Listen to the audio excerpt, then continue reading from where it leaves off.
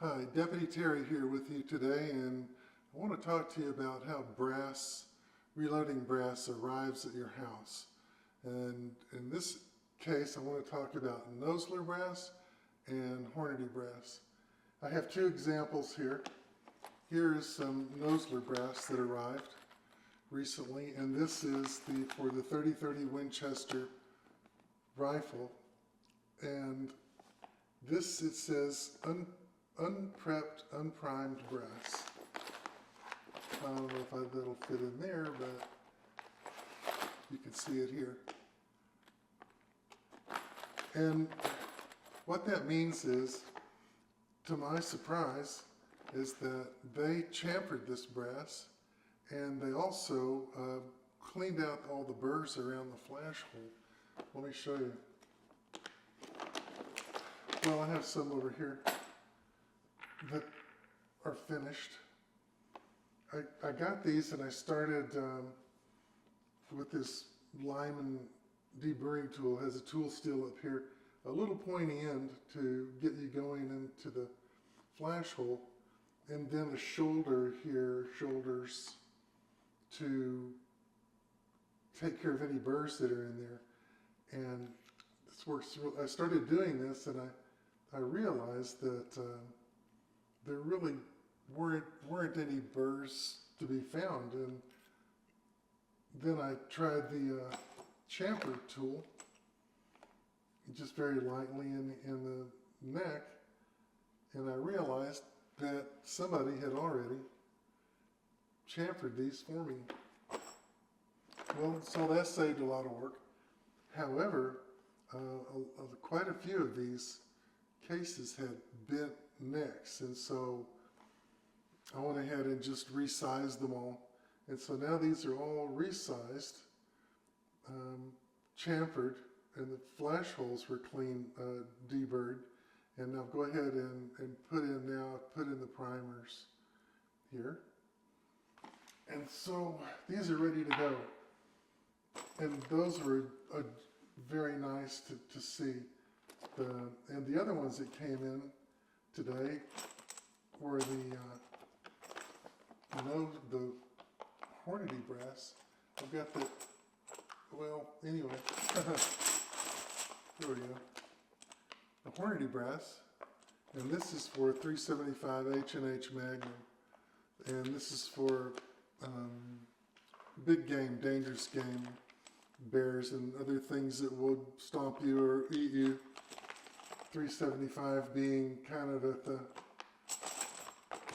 range where you can go up from there, but for anything in North America, these will get the job done. And here's a couple of examples. And just to show you the difference here, let me just put that. Here is the 375 Holland & Holland Magnum. Here's the Winchester 30-30. And here's some 6.5 Swede, 6.5 millimeter by 55 Swede, and that's what that looks like. So you can tell this takes a much bigger bullet and a lot more powder and gets you into the Magnum territory. Although it's not a long-range cartridge, it's not designed to be a long-range cartridge. It's designed to be a 100 to 200 yard cartridge, but when it gets there, it's going to get there with the 300 grain flat nose bullet, which is going to crush right through thick hides and bones and whatever. Normally you get the federal big game bear claws, or you can also get the Hornady, what do they call those?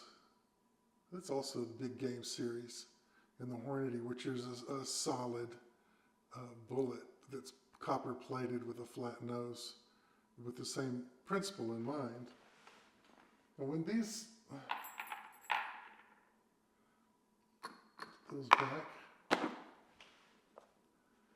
when these Hornadys came, quite a few of them looked like they'd come in on the Pony Express, and a lot of around the case necks were bent, and they needed to be deburred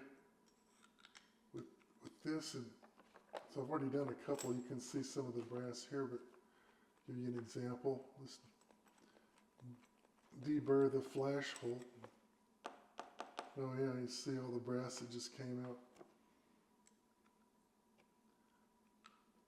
And you can do the back just to, but don't cant the tool off to one side, or you're going to elongate the hole. You see, keep it up straight like that. That's as straight as I can get it. And then you have a nice clean flash hole, and with this thing that just came in, it uses its own weight. You don't have to put jack the bear it. You just let it use its own weight and just turn it around. And you're going to feel when it's clean, it's going to stop giving you little jumps and starts as it goes around. And then you can just simply take your fingernail inside the case and feel that now it's smooth. And we'll go ahead and resize these, because in either case, you don't want to have an instance where these get stuck in the chamber when the 30-30 would be, you know, a pain. And then these would kill you because you're trying to get a couple of cartridges into your African double rifle and they won't go in the chamber. In which case, you're now stomped into dirt. So yeah, we'll resize all of these just to make sure that they're within tolerance. But that's it for today. I just wanted to go over the difference between these. Oh, I guess one more thing about the Noslers. Even though they are chamfered and they are deburred, they're not sorted by weight. But if you get the one more step up that are prepped, they'll go ahead and sort by weight for you to where the weights are more consistent than these actually are. These vary in weight by